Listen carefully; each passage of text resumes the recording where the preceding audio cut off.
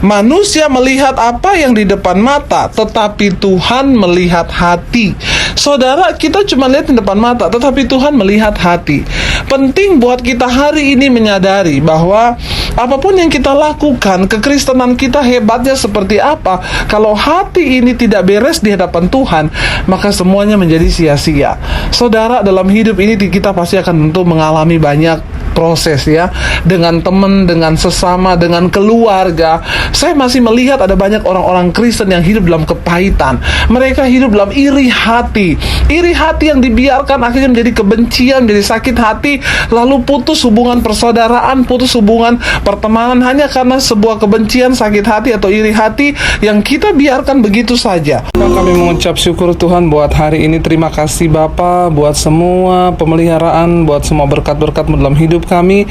Kami bersyukur Tuhan. Kami percaya kami akan terus melihat hari-hari yang baik di depan kami yang Tuhan sediakan. Ketika kami boleh berjalan dalam kekudusan-Mu, menjaga hati kami tetap di dalam perkenanan-Mu, maka kami percaya Tuhan tidak ada perkara yang mustahil bagi Engkau. Bukakan rahasia firman-Mu bagi setiap kami supaya kami melihat, bahkan hati kami diterangi, dan kami boleh menikmati janji-janji Tuhan di dalam hidup kami. Urapi hamba-Mu yang tidak ada apa-apanya, urapi setiap kami. Di dalam nama Yesus kami bersyukur dan kami berdoa, haleluya, amin. Shalom saudara, hari ini kita akan sama-sama belajar firman Tuhan tentang hati. Bagaimana kita memiliki hati yang berkenan di hadapan Tuhan. Baik, segera saja kita buka Amsal 4 ayat 23. Mari kita buka Amsal 4 ayat 23, berkata begini: jagalah hatimu dengan segala kewaspadaan, karena dari situlah terpancar aliran kehidupan. Firman Tuhan berkata, kehidupan kita ini terpancar dari hati kita. Ketika kita memiliki hati yang bersih, maka hidup kita juga menjadi bersih. Saudara, hati ini sangat penting ya, karena kenapa? Tuhan itu Tuhan yang melihat hati. Nanti kita akan sama-sama belajar. Ya, hati itu ya, hati kita ini adalah sumber segala kehidupan kita. Dari sini itu terpancar ya. Jadi orang itu bisa terlihat saudara ya, apa yang ada di luar dirinya itu akan terpancar dari hatinya. Satu saat Yesus berkata kepada orang-orang Yahudi, dia berkata begini, benar apa yang dikatakan Nabi Yesaya bahwa bangsa ini memuliakan aku lewat bibirnya, tetapi hatinya menjauh daripadaku. Apa maksudnya saudara? Yesus berkata, bangsa ini memuliakan aku dengan mulutnya, tetapi hatinya menjauh daripadaku. Tuhan gak tertarik dengan perkataan kekristenan yang keluar dari mulut kita, tetapi Tuhan tuh melihat segala sesuatu yang bersumber dari hati. Ayat di dalam Matius pasal yang ke-16 ayat 18, Yesus berkata begini, tetapi apa yang keluar dari mulut itu berasal dari hati, dan itulah yang menajiskan orang. Yesus berkata begini, bukan yang masuk ke dalam mulut yang menajiskan kita, tetapi bukan makanan, bukan segala sesuatu yang masuk ke dalam tubuh kita, tetapi apa yang keluar dari mulut kita itu meluap dari hati kita, kata Tuhan. Jadi itu yang menajiskan orang. Ayat 19 dia berkata begini, Matius 15 ayat 19, karena dari hati timbul segala pikiran jahat, pembunuhan, persinahan, percabulan, pencurian, sumpah palsu, dan hujat. Yesus berkata, semua bersumber dari hati manusia, saudara ya. Beberapa kasus pembunuhan kita telah lihat, saudara. Kenapa? Karena dari hati yang terluka. Ketika hati kita nggak beres di hadapan Tuhan, ya, maka sesuatu ya bisa terjadi dari luar, yang keluar dari hati kita itu menimbulkan sesuatu yang tidak berkenan di hadapan Tuhan. Saudara, saya pengen kita sama-sama lihat salah satu contoh dalam Alkitab, yaitu Kain dan Habel. Kita tahu bersama Kain dan Habel itu keturunan pertama dari manusia pertama di bumi, ya, Adam dan Hawa.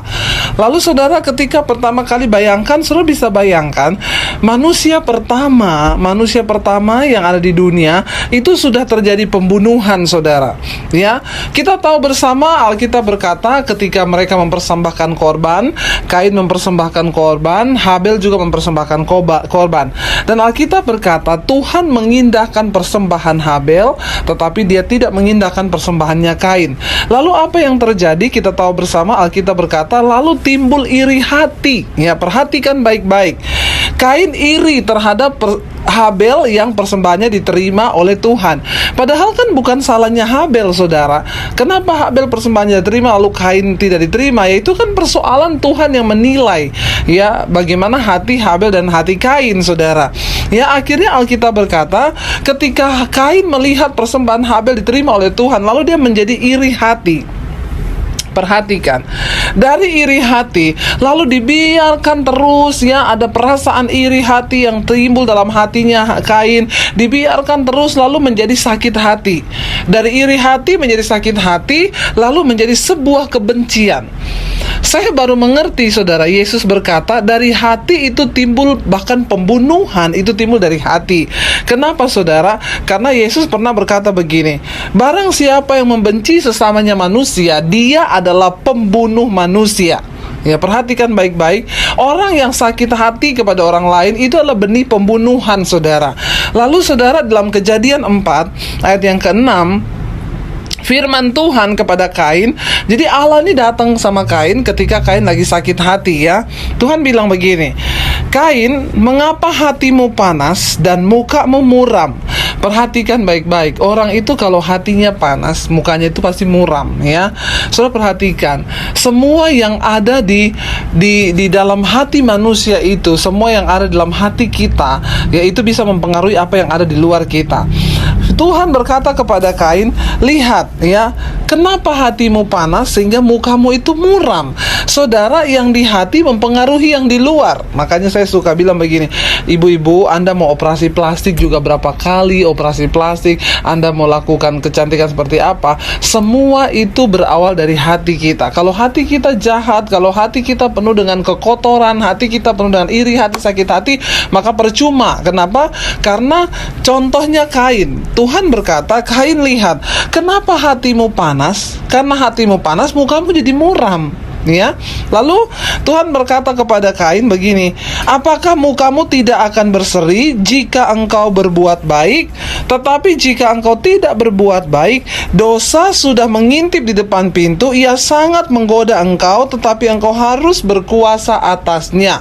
Saudara, Tuhan memperingatkan Kain, ketika tadinya Kain sakit hati melihat Habel, bukan sakit hati, tadinya iri hati. Dari iri hati dibiarkan menjadi sakit hati, lalu menjadi sebuah kebencian, lalu timbul niat jahat dalam hati Kain. Tuhan mengingatkan, Kain, kenapa mukamu panas, hatimu panas sampai mukamu itu muram?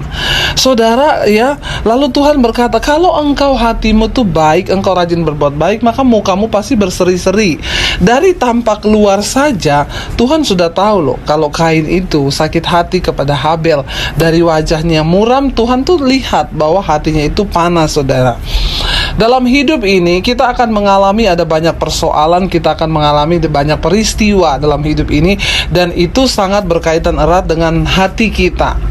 Satu kali saya ketemu dengan seorang ibu, saudara. Lalu ibu itu berkata kepada saya, Bu Debbie, boleh nggak doakan saya ya? Saya ini banyak persoalan. Oh ya udah, kalau gitu saya boleh minta alamat rumah ibu? Ya, dia kasih alamat rumahnya, saudara. Saya tunggu ibu di rumah saya ya besok pagi.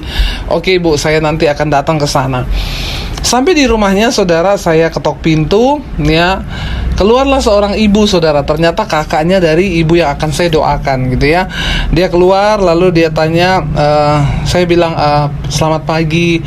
Di sini benar rumahnya ibu ini? Mukanya itu panas, saudara. Mukanya itu ya, muka nggak ada damai sejahtera. Dia buka pintu ngomong, iya benar. Dari mana? Cari siapa? Saya bilang, ini rumahnya ibu ini benar? Iya. Saya bilang, saya ini hamba Tuhan, saya pendeta, saya mau mendoakan ibu. Iya, itu kakak saya. Ya udah, masuk. Jadi saya masuk, saudara ya. Waktu masuk, duduk, kata dia, duduk. Saya duduk, saudara. Dari wajahnya saya tahu orang ini hatinya bermasalah ya. Dari tampangnya, dari cara dia bicara, kita udah tahu ini orang bermasalah. Duduk. Nah, saya duduk, saudara. Waktu saya udah duduk, dia bilang, mau cari, ada perlu apa? Oh, saya lagi ada mau doakan kakaknya, kemarin ketemu gini. Lalu dia bilang, situ berarti situ pendeta. Saya bilang, oh iya benar, Bu, saya pendeta. Kalau situ pendeta, berarti situ punya kuasa. Maaf ya, maksud ibu tuh kuasa apa ya? Maksud saya, kalau situ pendeta kan berarti situ bisa baca orang. Dalam hati saya sih sebenarnya berkata, ya kalau ada tulisannya saya baca, kalau nggak ada tulisannya apa yang mau saya baca? Gitu ya. Lalu ya kalau situ memang pendeta ada kuasa, ya coba baca saya. Firman Tuhan bilang ya, hati itu mencerminkan wajah, wajah itu mencerminkan hati, ya. Jadi kita lihat orang itu, lihat wajahnya aja. Kalau wajahnya itu cemberut, wajahnya berarti tuh hatinya tuh sesuatu, ya. Lalu saya karena dia bilang begitu, jadi saya bilang, Bu maaf ya, karena ibu suruh saya baca, ibu maaf banget, saya harus ngomong. Ibu kayaknya banyak persoalan ya, kayaknya ibu punya banyak kekecewaan dalam hatinya ibu. Kayaknya ibu banyak menyimpan kepahitan, kebencian. Maaf ya karena ibu suruh saya ngomong.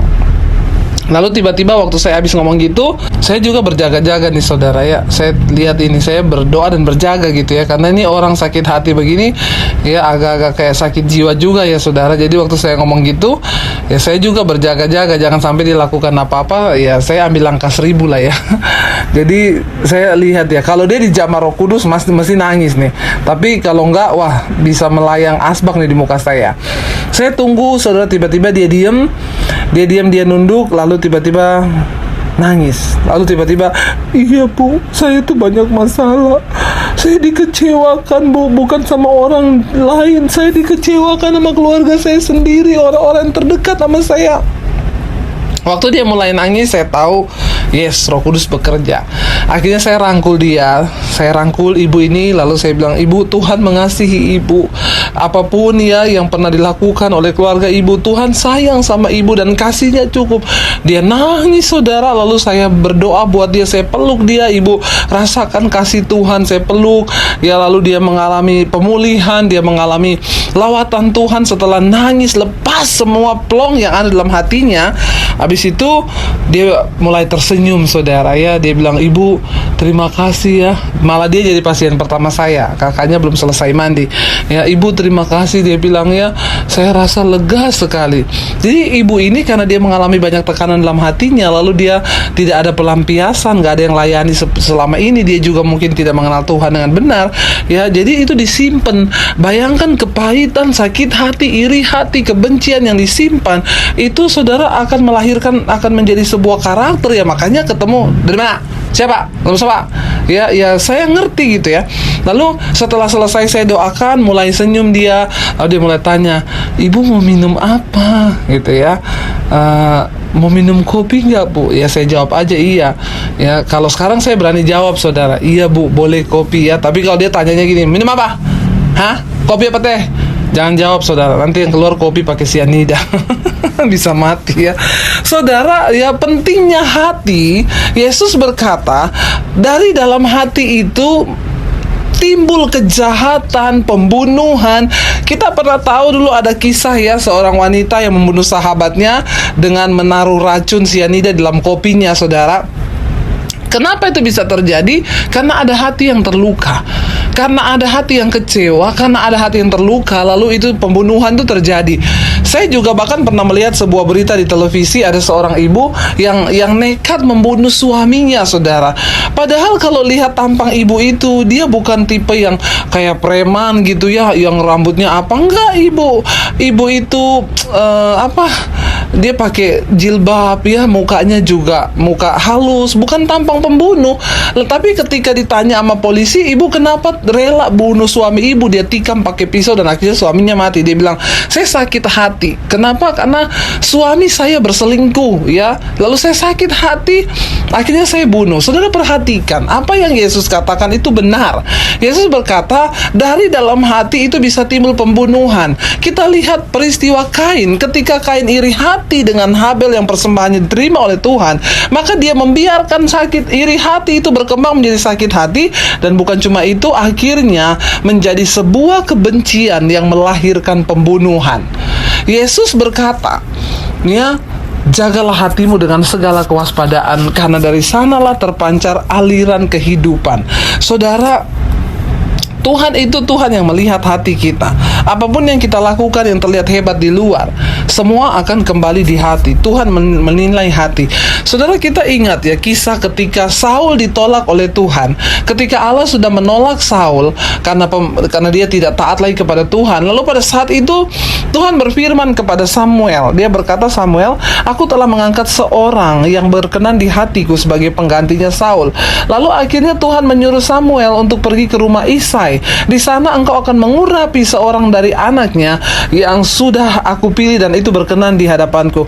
Lalu kita tahu bersama ceritanya ketika pada akhirnya saudara, ya kakak-kakaknya Daud sudah jalan di depannya, dia kakak yang tinggi, yang ganteng ya, ketika Eliab lewat, lalu Samuel berpikir bahwa ini orang yang akan diurapi Tuhan menjadi raja. Tetapi Tuhan berkata kepada Samuel, Samuel, bukan itu.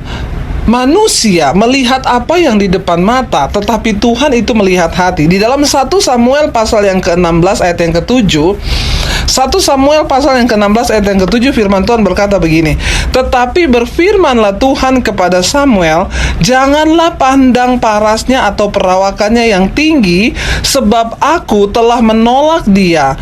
Bukan yang dilihat manusia, yang dilihat Allah. Manusia melihat apa yang di depan mata, tetapi Tuhan melihat hati. Saudara, kita cuma lihat di depan mata, tetapi Tuhan melihat hati. Penting buat kita hari ini menyadari bahwa apapun yang kita lakukan, kekristenan kita hebatnya seperti apa, kalau hati ini tidak beres di hadapan Tuhan, maka semuanya menjadi sia-sia. Saudara, dalam hidup ini kita pasti akan tentu mengalami banyak proses ya, dengan teman, dengan sesama, dengan keluarga. Saya masih melihat ada banyak orang-orang Kristen yang hidup dalam kepahitan. Mereka hidup dalam iri hati yang dibiarkan akhirnya menjadi kebencian, menjadi sakit hati, lalu putus hubungan persaudaraan, putus hubungan pertemanan hanya karena sebuah kebencian, sakit hati atau iri hati yang kita biarkan begitu saja. Saudara, ya di Inggris itu beberapa waktu lalu ya, itu ada sebuah berita yang memuat bahwa sekarang itu di Inggris ada banyak korban atau pasien kanker hati ya. Jadi kalau udah terkena kanker hati seperti itu, mereka harus melakukan transplantasi hati. Sementara untuk mendapatkan organ hati itu kan tidak mudah saudara ya, karena harus diambil dari orang yang sudah meninggal atau orang yang kecelakaan, atau nggak ada lah orang yang mau memberikan hatinya gitu ya. Kalau kita tahu ya, kalau ginjal itu orang punya 2 ginjal, 1 bisa diberi. Tapi kalau yang namanya hati ya cuma 1. Kita ngasih hati ke orang lain ya itu pasti meninggal saudara. Jadi ya beberapa pasien di Inggris itu meninggal karena nggak ada transplantasi hati, dan yang masih antri itu nunggu hati itu banyak sekali. Nah akhirnya para ilmuwan, para orang-orang pinter di sana ya, mereka mulai berpikir bahwa mereka harus mencari ya organ pengganti hati manusia. Lalu mereka mulai membuat penelitian, dan akhirnya apa yang ditemukan, mereka mendapatkan saudara bahwa dari semua hewan ya yang ada itu ditemukan hati hewan yang mirip dengan hati manusia itu adalah ditemukan pada babi ya. Jadi hati babi itu yang pertama, dia strukturnya mirip dengan struktur hati manusia, bentuknya, besarnya itu semua hampir sama dengan hati manusia. Lalu para ilmuwan itu berpikir mereka akan mencoba mencangkokkan hati babi itu kepada hati manusia saudara. Jadi mereka mulai berpikir bagaimana mereka membuat sebuah penemuan atau penelitian, lalu disuntikkanlah DNA manusia ke dalam babi betina. Lalu mereka akan melihat kalau babi betina itu nanti mengandung, dia akan melahirkan anak ya, mereka akan lihat apakah ada DNA-nya manusia di dalam ya, lalu hati itu bisa dicangkokkan kepada hati manusia. Saudara ya, kalau saya mau bilang sih ini adalah sebuah penelitian yang dalam tanda kutip agak gila ya saudara. Kenapa? Karena manusia dengan kepintarannya mencoba ya melanggar kodrat Tuhan ya. Yang saya percaya Alkitab bilang hati itu sumber kehidupan. Jadi saudara bisa bayangkan kalau hati manusia diganti sama hati babi, ya itu jadinya apa gitu ya saudara ya. Orang kita aja ya, hati manusia itu diciptakan Tuhan penuh belas kasihan. Kita kalau lihat orang lapar, kita kasihan. Kita lihat orang yang menderita, kita bisa timbul kasihan itu dari hati. Nah saudara bisa bayangkan kalau hati manusia manusia diganti sama hati babi. Ya saya takutnya kita lihat orang menderita cuman gini-gini, namanya juga hati babi, saudara. Jadi saudara, ya dunia ini semakin gila, dunia ini semakin melanggar kodrat Tuhan gitu ya. Jadi mereka ini penelitian itu lagi dilakukan, saudara ya. Bisa nggak mencangkokkan ke hati manusia? Saudara, kita nih punya hati diciptakan Tuhan. Ya, hati manusia itu adalah tempat Tuhan berbicara. Hati manusia ini, Alkitab bilang hati manusia itu tempat terang Tuhan. Hati nurani kita ini Tuhan menyimpan hukum-hukumnya di dalam hati manusia. Ini tempat kita menimbang hati, ini tempat kita mendengar Tuhan berbicara. Dalam hati kita bisa menerima terang yang dari Tuhan. Tetapi hati ini juga bisa disimpan dengan banyak sampah. Nah, hari ini saudara, pilihan kembali lagi ke tangan kita. Firman Tuhan berkata, Tuhan adalah Tuhan yang melihat hati. Firman Tuhan berkata, jagalah hatimu dengan segala kewaspadaan, karena dari sana terpancar aliran kehidupan. Hari ini kembali lagi pilihannya ada di tangan saudara. Kita mau isi hati kita dengan firman Tuhan, ya, atau kita mau mengisinya dengan sakit hati, iri hati, kebencian, kepahitan kepada orang. Tidak ada guna, saudara. Ada banyak orang-orang yang hidup dalam kepahitan. Orang yang hidup dalam kepahitan hati tidak bisa melepaskan pengampunan, menyimpan kekecewaan. Itu orang yang hidup dalam kepahitan itu seumpama orang yang minum racun, tapi dia berharap orang lain yang mati. Nggak bisa, ya. Ketika kita menyimpan kepahitan dalam hati kita, kekecewaan, dan kita nggak bisa lepaskan pengampunan, maka itu akan berpengaruh kepada karakter kita. Sehingga saya dapat telepon, saudara, dari seseorang ibu, Bu Debbie, saya tuh mau didoakan. Kenapa? Saya tuh heran loh, Bu. Saya ini ketemu siapa aja berantem. Di rumah saya berantem sama anak saya berantem sama suami saya. Di tempat kerja saya berantem sama teman saya. Di gereja saya juga berantem sama orang tempat saya pelayanan. Ini orang, saudara, kalau sama siapa dia berantem, ini berarti hatinya tuh nggak beres, ya. Di rumah berantem, sama suami berantem, sama anak berantem, sama teman gereja berantem, sama semua orang berantem. Kita perlu cek kembali, saudara, ya. Apakah ada banyak kekecewaan di hati kita? Apakah ada banyak kepahitan yang masih kita simpan? Saya berdoa, saudara, hari ini firman Tuhan berkata, jagalah hatimu dengan segala kewaspadaan, karena dari sana terpancar aliran-aliran kehidupan. Saudara, jangan biarkan setan mencuri damai sejahtera. Jangan biarkan setan menutup semua kebenaran Tuhan yang ada dalam hati kita, hanya karena kita iri, hanya karena kita kepahitan, hanya karena kita membenci. Ada orang-orang yang hidup dalam iri hati, nggak bisa lihat saudaranya diberkati, iri, nggak bisa lihat saudaranya beli rumah, iri, nggak bisa lihat saudaranya beli mobil baru, iri hati. Bahaya, saudara. Kita ini menjadi orang yang percaya kepada Tuhan, jadi pengikut Kristus. Kita harus biarkan firman Tuhan masuk dalam hati kita. Dan kalau ada hal yang tidak berkenan, Daud berkata begini, saudara, pada waktu malam hari aku menyelidiki seluruh hatiku, dan aku berdoa, ya Tuhan, tahirkanlah hatiku. Saudara, mari tiap hari kita merenung. Mari cek hati kita di hadapan Tuhan. Apakah hati kita benar, atau kita masih menyimpan kepahitan, atau kita masih menyimpan kekecewaan? Jangan sakit hati kepada siapapun. Kalau engkau mendengarkan firman ini hari ini, lepaskan, saudara. Kenapa? Karena penyakit-penyakit itu datang ketika kita punya hati yang tidak kudus di hadapan Tuhan. Ketika engkau menyimpan kepahitan, engkau menyimpan kemarahan, engkau menyimpan sakit hati, maka itu tidak akan mendatangkan kebaikan. Sebaliknya, ya, Alkitab berkata, hati yang gembira itu obat yang manjur, tetapi semangat yang patah mengeringkan tulang. Perhatikan, hati yang gembira itu obat yang manjur. Menjelang akhir zaman ini, iblis akan menyerang, ya, kita dengan berbagai hal yang dapat membuat hati kita kecewa, membuat hati kita menjadi tawar, ya, membuat hati kita menjadi terluka, saudara, ya. Dan makanya ada sekarang orang punya istilah tuh baper, ya. Karena orang-orang gini hari-hari ini, ya, ada banyak orang Kristen yang menang sama setan tapi kalah sama baper, ya. Baper itu bawa perasaan, ya. Apa-apa tuh bawa perasaan, apa-apa sakit hati, apa-apa iri hati, apa-apa benci, ya. Saya berdoa, saudara, hari ini, ya, firman Tuhan bilang Tuhan menaruh hukum-hukumnya dalam hati kita. Hari ini kita mau belajar, Tuhan, biar Engkau melihat hati kami. Daud berkata di dalam Mazmur 16, ya, Mazmur 16 ayat yang ke dia berkata begini, saudara. Pemazmur berkata dalam Mazmur 16 ayat yang ke-8, aku senantiasa memandang kepada Tuhan, karena Ia berdiri di sebelah kananku, aku tidak goyah. Sebab itu hatiku bersuka cita, ya, dan jiwaku bersorak-sorai, bahkan tubuhku akan diam dengan tentram. Ya, Daud berkata begini, dia senantiasa memandang kepada Tuhan. Segala persoalan, entah itu tidak enak, entah itu enak, entah itu membuat kita tersinggung, karena memang semua yang ada dalam dunia ini sangat berkaitan dengan hati. Sebenarnya kalau kita bisa memenangkan hati kita, semuanya akan baik-baik saja. Tetapi orang yang baper, yang terus membawa segala sesuatu dalam hatinya, itu bahaya, saudara. Daud berkata begini, aku senantiasa memandang kepada Tuhan. Jangan terlalu memandang kepada persoalanmu, jangan terlalu memandang ketika engkau diremehkan, engkau dihina, engkau difitnah, engkau merasa sakit hati.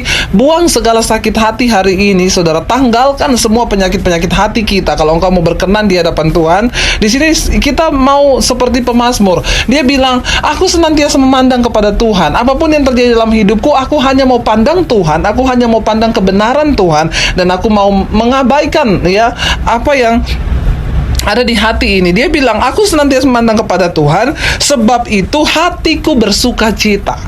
Haleluya, saudara. Bagaimana kita tak bisa menjaga hati kita bersuka cita di hadapan Tuhan? Karena kita tahu firman Tuhan berkata juga, hati yang gembira itu obat yang manjur.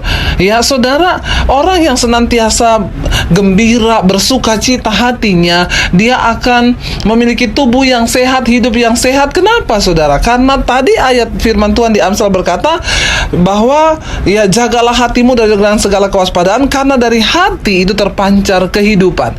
Kehidupan yang seperti apa? Kehidupan yang sehat bisa terpancar dari hati kita. Ketika hatimu penuh dengan firman Tuhan, hatimu bersuka cita, hatimu gembira, maka tubuhmu juga sehat. Ini benar, makanya Daud bilang, aku senantiasa memandang kepada Tuhan, ya, dan karena itu, sebab itu ayat 9, hatiku bersuka cita dan jiwaku bersorak-sorai, bahkan tubuhku akan diam dengan tentram. Ternyata untuk bisa hidup dalam damai sejahtera, apa sih, saudara, kebahagiaan di hidup ini? Bukankah ketika hati kita percaya kepada Tuhan, lalu kita bersukaria kepada janji Tuhan, dan nggak usah peduli dengan apa kata orang, dengan apa sakit hati, dengan iri hati. Udah, hal kita berkata hari ini, ketika hatimu bersuka cita, maka jiwamu bersorak-sorai. Ketika hati bersuka cita, jiwa bersorak, maka tubuhku akan diam dengan tentram. Bukankah ini yang kita rindukan? Hidup kita ini singkat, ya, hidup manusia di dunia ini singkat. Jadi ketika kita ini tahu hidup kita singkat, apa yang bisa kita lakukan, saudara? Hari ini firman Tuhan mengingatkan kita, mari jaga hati kita. Kalau hari ini engkau sedang kepahitan dengan saudaramu, dengan kakakmu, dengan adikmu, dengan iparmu, dengan orang tuamu, ada orang-orang Kristen yang mengaku Kristen, mengaku percaya Yesus bertahun-tahun, tapi masih hidup dalam kepahitan. Saudara, itu akan menghalangi engkau menerima berkat Tuhan dalam hidupmu. Engkau sakit hati kepada orang, engkau iri hati, orangnya itu nggak tahu, hidupnya semakin diberkati, Anda yang rugi karena Anda tidak akan mengalami berkat Tuhan. Satu kali saya pernah, saudara, mendampingi seorang bapak yang dokter vonis dia sudah tidak ada harapan lagi. Dia ada di rumah sakit, di ruang ICU. Semua udah semua organ dalamnya itu sudah kena. Ya, jantung, ginjal, paru-parunya semua udah kena. Lalu dokter bilang, ya, kita hanya berserah saja, ya, karena ya sudah nggak bisa tertolong, dan ya sudah harus berserah sama Tuhan. Lalu Tuhan ingatin saya untuk layani bapak ini kalau dia punya sesuatu di hatinya, saudara. Lalu saya tanya, Bapak ada ganjalan apa di hati, ya Bapak? Kita berdoa, kita beresin hari ini di hadapan Tuhan, ya, supaya satu saat, ya, kita menghadap Tuhan, ya, kita ada dalam keadaan yang berkenan. Ya, lalu Bapak ada ganjalan apa di hati? Lalu dia cerita, dia kepahitan sama anaknya, saudara. Karena dulu waktu anaknya menikah, dia nggak setuju, ya. Lalu dia kepahitan sama anaknya, dan dia mengutuk anaknya. Waktu dia nggak setuju dengan pernikahan anaknya, dia bahkan berkata, ya, lihat saja, ya, kamu menikah tanpa restu orang tua, hidupmu tidak akan bahagia. Aku kutuk kamu dan anak-anakmu. Bapak ini padahal Kristen, saudara, tapi itu bisa terjadi. Yang sudah puluhan tahun jadi Kristen, itu terjadi. Akhirnya saya bilang gini, Pak, Bapak mau lihat anaknya Bapak diberkati Tuhan nggak? Iya, Bapak harus lepaskan pengampunan. Nggak ada pilihan lain. Lepaskan pengampunan buat anaknya Bapak, dan Bapak juga harus bereskan. Lalu dia bilang sama saya gini, enggak, dia itu anak, saya ini orang tua. Ya, di mana-mana nggak ada itu yang namanya orang tua pergi minta maaf sama anak. Ya, yang ada itu anak lah yang harus cari orang tua. Lalu saya bilang gini, Pak, Bapak mau menuruti firman Tuhan atau mau mengikuti dagingnya Bapak? Egonya Bapak. Di mana ayat firman Tuhan yang berkata, hai orang tua, janganlah meminta maaf kepada anakmu karena engkau lebih tua? Nggak ada. Yesus berkata, usahakanlah perdamaian, apalagi kalau hal itu bergantung kepada kita. Ya udah, lupakan semua yang terjadi, hidup damai aja biasa, nggak usah ada kepahitan. Lalu saya berdoa buat dia, akhirnya hatinya disentuh oleh Tuhan. Dan dia bilang, iya saya mau lepaskan pengampunan. Baik. Lalu dia telepon anaknya. Dia minta anaknya datang ke rumah sakit, saudara. Lalu ya saya bersyukur sekali bisa melihat hal yang indah sebelum dia dipanggil Tuhan. Anaknya datang ke rumah sakit, ya dia peluk anaknya, saudara. Lalu dia lepaskan berkat buat anaknya dan istrinya. Dia berdoa buat anaknya dan istrinya. Dia peluk mereka. Mereka memuji menyembah Tuhan. Dan akhirnya Bapak itu dipanggil Tuhan.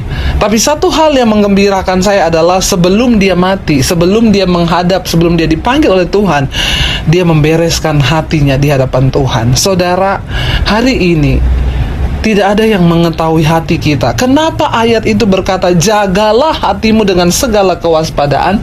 Kenapa, saudara? Karena yang bisa melihat hati itu bukan orang lain. Yang bisa mengerti hatimu, yang tahu posisi hati kita hari ini hanyalah kita dengan Tuhan.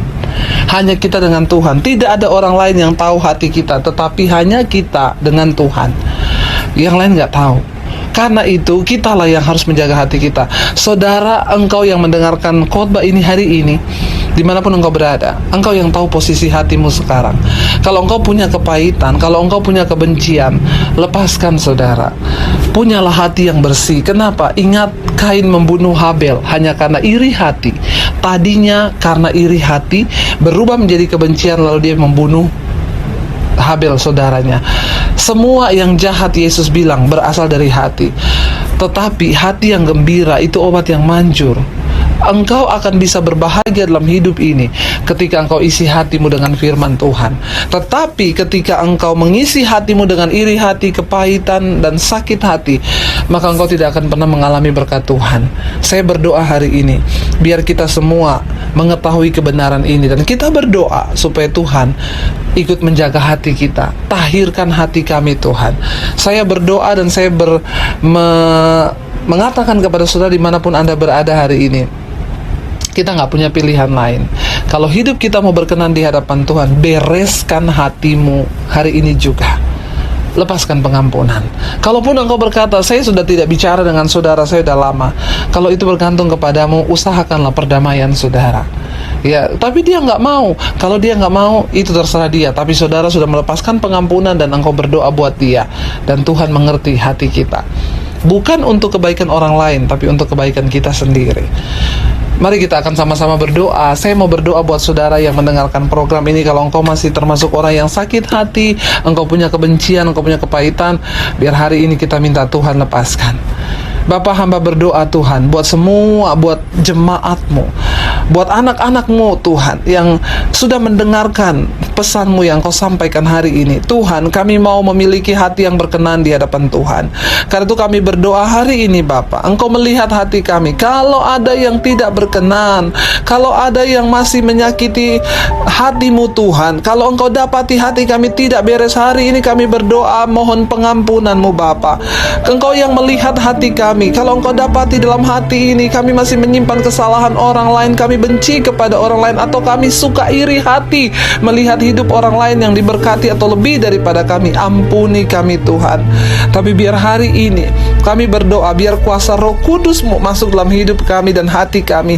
Tahirkanlah hati kami Bapa, karena kami tidak ingin Tuhan waktu hidup yang singkat di dunia ini kami kotori dengan hati yang kotor, karena kami tidak memiliki kasih Tuhan, karena kami tidak memiliki kebenaran Tuhan.